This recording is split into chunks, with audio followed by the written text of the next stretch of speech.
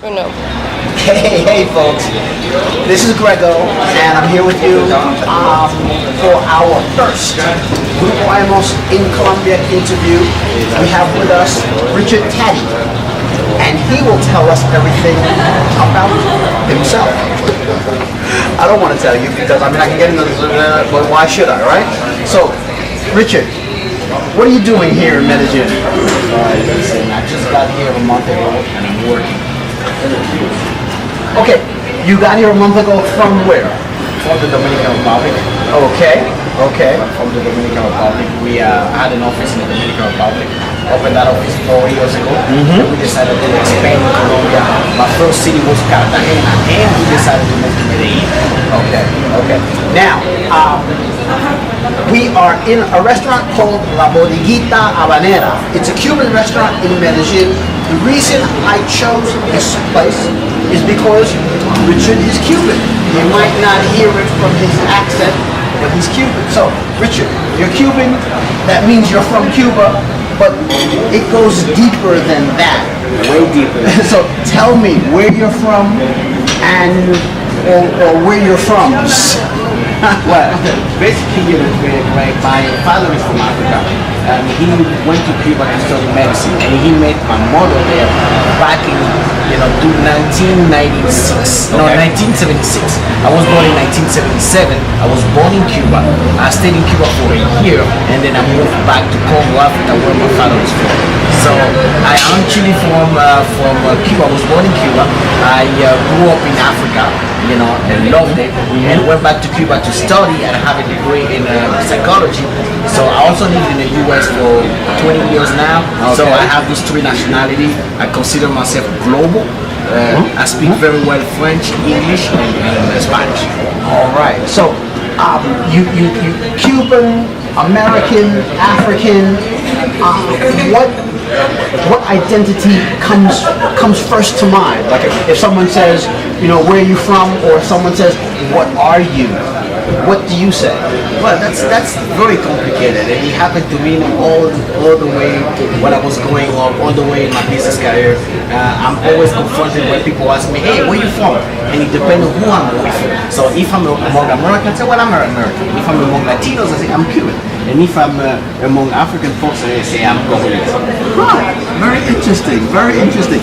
Culture is always something that is interesting to me. For example, I'm a New Yorker. I'm from New York, and that is my identity even before black. And I don't consider myself African American because I don't consider myself African. Okay. I've been to Africa. Nice. And I know I'm not African because my culture is I'm so American. Okay. But then before even the American part, it's obvious I'm black. But even before any of that, I'm a New Yorker. And that's the thing that comes out first. New York. So where in the States did you live? I live in New York. Okay. I lived in New York for 20 years. Love that city. Yeah. Yeah. Okay, now you say, we opened the office and we're doing this and doing that. What do you do? Okay, we do business finance. Okay, we are a company called Business Market Finance. We were from New York. We are from New York. We opened the company in New York back in 2013. So we've been operating for the last 6-7 years now, almost 7 years. And we do business cash advance. So we provide finance to small business owner in the United States, Canada, and Puerto Rico. We lend them money between $5 to $250,000 without any collateral. Okay. What else do you do? Well, I do public speaking. Okay. I'm also an author. I've published 3 books now. 2 in Spanish, 1 in English. Okay. And working on 2 more coming on this year. I do public speaking. I do conferences. I talk about leadership and motivation. Okay. So you are you like a personal coach as well? You teach people how to succeed? Yes. You teach them how to succeed, and I live by this. Okay. So what are some of your principal tenets, the keys to your success? I think one of the key of my success will be focus. Okay, you must be focused. You must be focused. You must be goal oriented, and you must know exactly what are you looking for and what do you want. Okay. And what is happening now, Greg, is we have most of the people who, they just go through life. They don't know what they want. They don't have the passion. It's very difficult to explain. And it's almost understandable because we get confused every single year, every single year with all this new technology. And now it's more crazy than it was maybe 20 years ago. Remember, when we used to have like only the landline, you used to call Greg at 3 p.m. Greg would answer your phone. Now we have Greg email, phone, cell phone, and he's not picking up. It's still not picking up. which is, I think that technology brought us, not closer like we're supposed to, but it tore us apart. And I don't understand. Now you see the people. I was with a friend of mine in San Francisco. So I haven't seen Mauricio maybe for the last 4 years. So I'm with Mauricio for a weekend. And Mauricio and I were so busy into our cell phone that we didn't have time to enjoy ourselves. That's how bad we got with that technology. So, so tell me a little bit how, for example, in your coaching, in your leadership work, how do you incorporate those things, or how do you work around those things so that we can still be successful, so we can do our best? Some of your strategies. Okay, one of the main strategies will be focus. Just like I said, focus. We have a goal in mind. I have a personal goal, and we have a company goal. Okay, and then and I think the biggest challenge that I have now is not managing the technology. It's managing the people who work for the company. Okay, that's a different ball game. Sure. That's exactly what we need to be successful at. Now, what I have implemented is like training. I train my staff every single day. And now I have 4 offices. I have 1 office in New York, I have 2 in the Dominican Republic, and 1 in Medellin. And we make sure that we all get together for a conference call every single day from 8 to 8:30 so we can know exactly what the company's standard values and what are our goals, not only for the month, but also for the year and for the future. Okay? So I think training the employees, training your folks, it's key if you want to succeed as an entrepreneur. Because the technology, anybody can learn technology. It's there. Technology will always be there. And any technology will going to be obsolete after 6 years, almost 5 or 6 years. It's always changing. But if you have the right people doing the right work at the right period of time, you're always going to succeed. Wow. So now, tell me a little bit why Medellin? Well, just like I told you before, at first, Medellin wasn't my main target. My main target was Cartagena. Okay. Because in my culture, my company culture, we always wanted to open offices around places where they have beaches close by.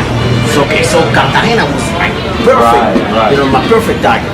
And what ended up happening is, I got to Cartagena, I stayed for 45 days, and I said, well, it's nice, it's a very touristy place, but this is still a business, and we need to move to a city, real city.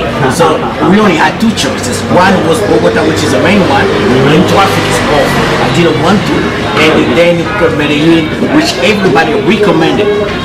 Okay, so it wasn't planning. It wasn't planned at all. It was recommended to me once I got to Cartagena. Everybody would say, hey, the best city to live in Colombia. By the way, if you come here, come and check us Medellin. It's the best place in live. Never been love it. How long have you been in Medellin? A month now. A month. Okay. How long do you think you're going to stay? Oh, I think I'm going to be here for at least 2 years. Okay.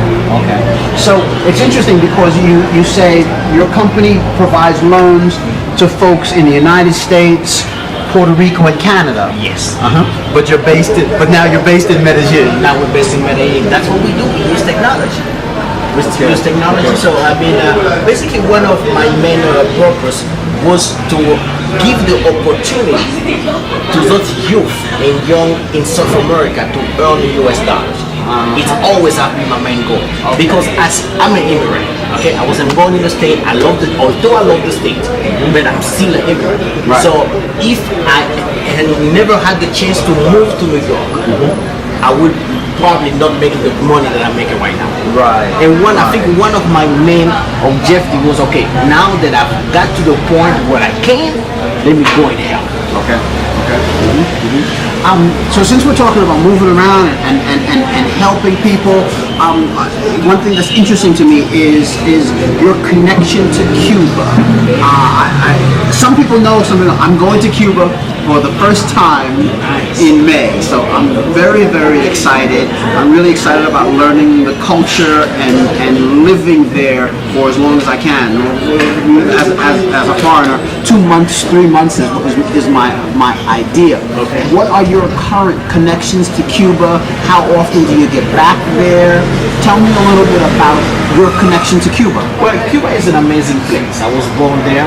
I think the only issue I may have with Cuba now is technology because we got so far behind, maybe 50 years behind. 15? 50. 50. Yeah, so we are really behind on technology.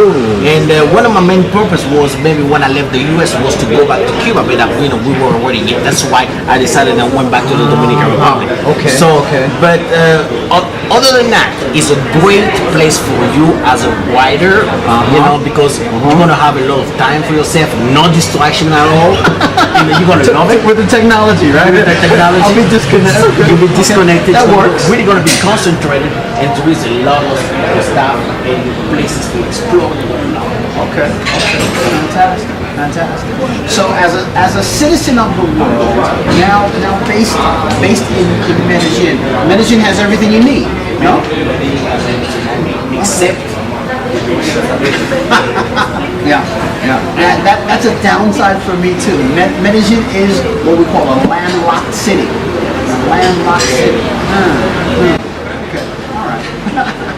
Tell me a little bit. What are your plans for the future?